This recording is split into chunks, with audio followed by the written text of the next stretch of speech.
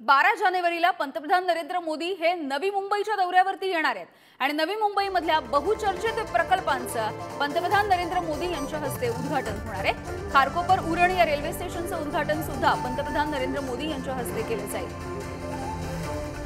आणि याविषयी बोलूया, शिल्पा नरवडे आपल्या सोबत आहे। शिल्पा, काय अधिकची माहिती आहे? पंतप्रधान मोदींचा हा 12 जानेवारीचा दौरा ठरलेला आहे। नक्कीच यामिनी, नवी मुंबईतील जे बहुचर्चित प्रकल्प आहेत ते गेल्या अनेक दिवसांपासून धुळकात पडलेले आहेत।